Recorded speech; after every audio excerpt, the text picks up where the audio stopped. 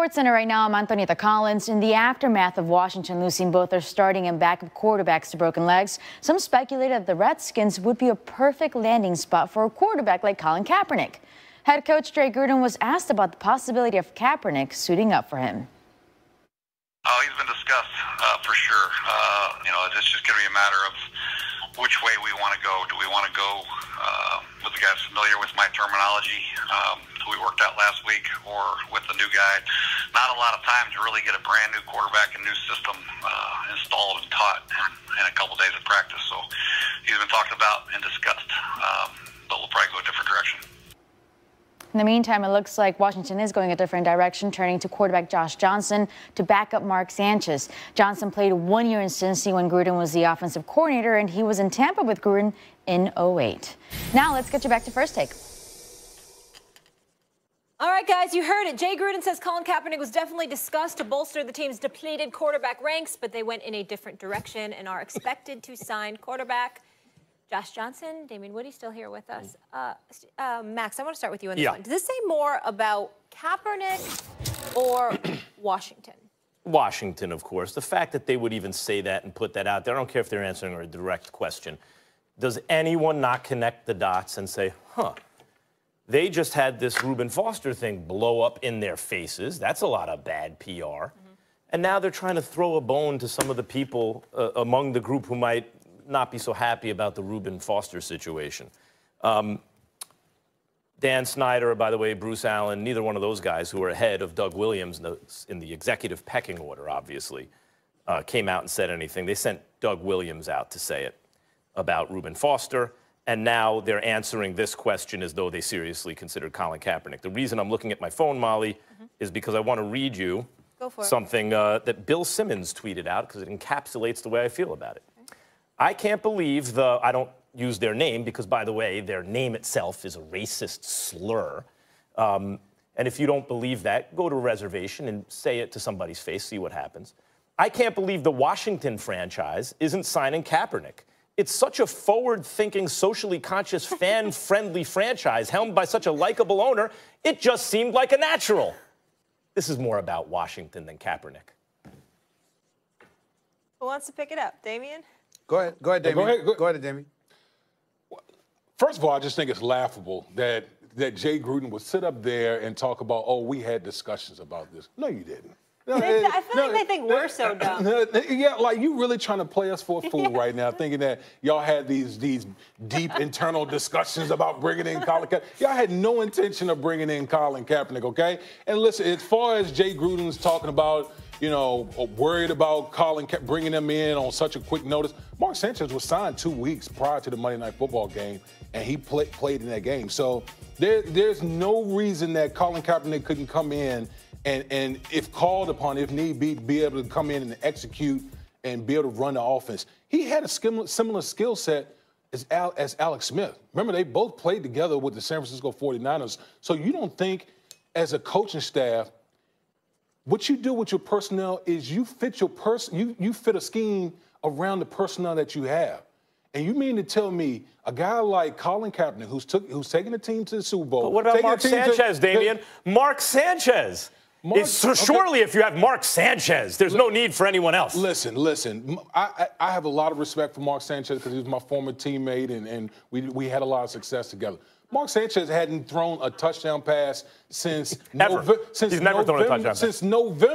of 2015. November 2015 was the last time that Mark Sanchez has thrown a touchdown pass. And you sitting there as Jay Gruden, you're concerned about Colin Kaepernick being able to come in and adjust to the scheme and whether he would be the right guy to play. Are you kidding me right now? A guy who's gone to the Super Bowl, who has gone to, how many guys that's still in their prime, in their career, that has gone to the Super Bowl and still can't find work? And you gonna give us this baloney excuse, or we've had internal discussions and we felt like Mark Sanchez would be the better fit than a Colin Kaepernick? Stephen A. Kaepernick can't adjust to the scheme because the owner's scheme is to make sure he doesn't play. How can he adjust to the scheme?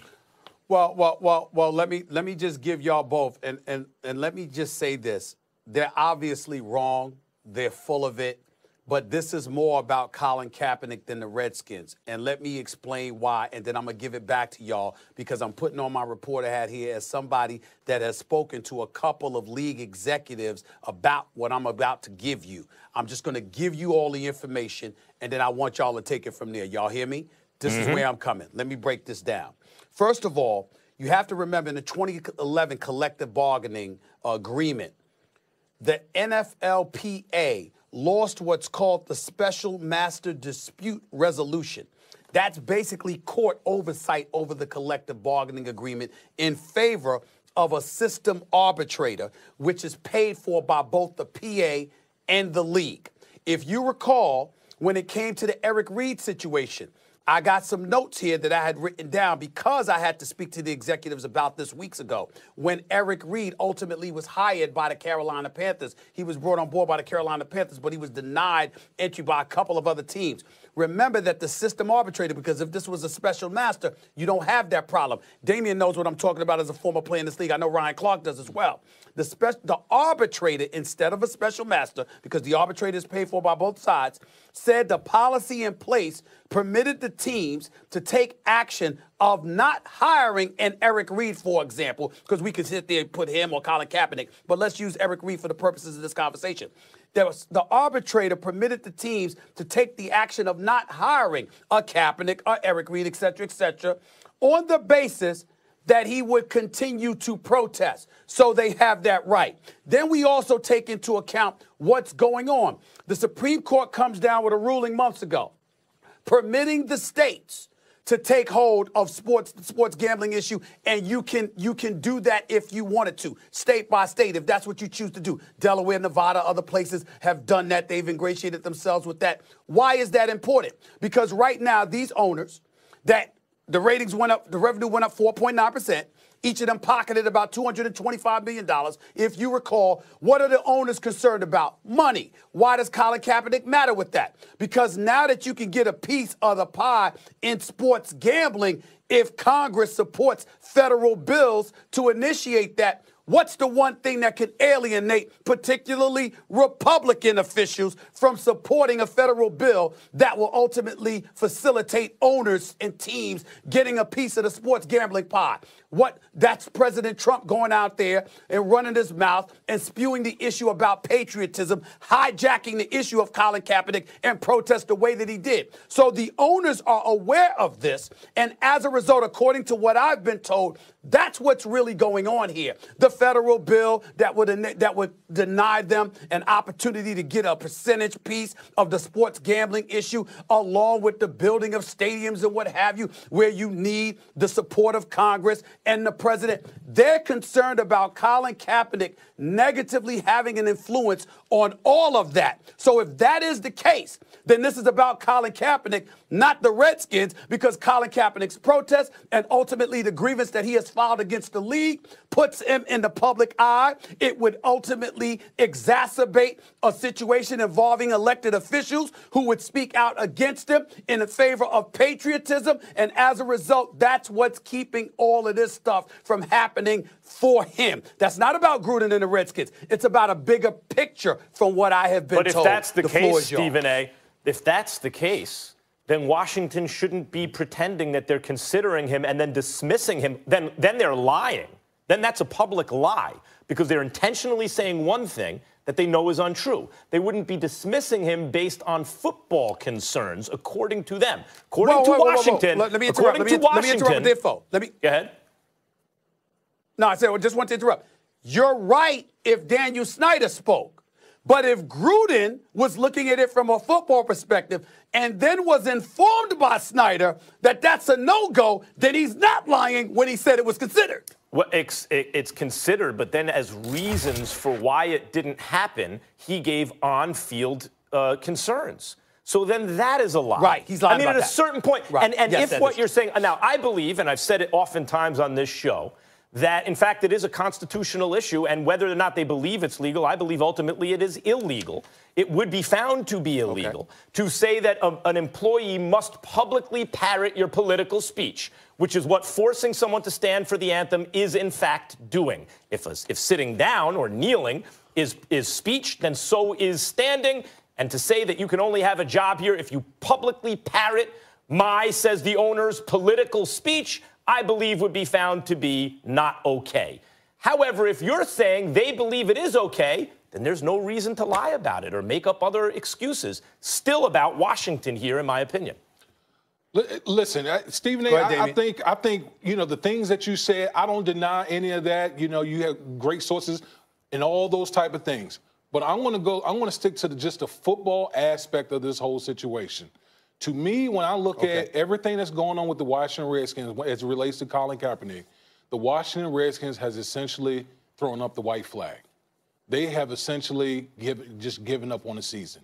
Because any time that you have an option of Colin Kaepernick out there, a guy who's, again, taken a team to the Super Bowl, has been to the NFC Championship game, and you don't even consider bringing him in. I don't even want to hear this old nonsense. Oh, we've had like these deep internal discussions. No, you didn't. You didn't want any parts of bringing Colin Kaepernick in. Okay, the message that it sends to the guys in the locker room is that we're not serious about winning, because you have a guy in Colin Kaepernick right now that's a guy who's in his prime, who's been to a Super Bowl, and you don't even bring him in to try to help your football team. Imagine what the guys in the locker room are saying right now. Imagine that. When the Redskins are working out all these other names, Josh Johnson, and who are these guys? Who are these guys that they're bringing in? And you got Colin Kaepernick sitting out there, and you're not even going to bring him in? Come on, that's a joke. It's a joke. You're not serious about winning football games. Don't even try to tell me you're serious about winning football games. Let me hold on. Let me encapsulate this discussion by saying this. Number one, I agree with you for the most part, but that's primarily because Mark Sanchez is there. We all know on his worst day, Colin Kaepernick is better than Mark Sanchez. But let's not forget the 1-10 record that he had his last year and how he wasn't knocking or blowing everybody's socks off over the last couple of years as a quarterback. That's number one. Number two, and more importantly, if I came to you, Max, or I came to you, Damien, the argument, somebody can make the argument with you that the presence of a particular individual is going to cost you money. And I'm not talking about the terms of the fans and all of that stuff. I'm talking about the federal stuff that I brought up. I'm talking about the sports gambling percentage. I'm talking about ingratiating yourself with elected officials. If you believe that the presence of one individual, particularly a backup, is going to cost you such huge amount of money, would you do it? Stephen A., I will answer. The answer is yes, and I will answer it this way, depending on the issue. Were I a small business owner, a store owner, let's say, in the South in the 50s, and Stephen A. Smith wanted to come and sit down at the counter and have something to eat, but I knew that the community in which I did business would frown upon that, and it would cost me money, then I would like to think that I would serve you food at that counter. In other words, there are principles at time that trump, so to speak, business interests and are constitutionally guaranteed. Well said. We'll leave it right on that note. Nothing else to add. And I agree. Okay, we'll leave it there. I agree, but when we come back here on First Take, we're going to go to the NBA. We now have a diagnosis for Markelle Fultz's shooting woes, but should Hoops fans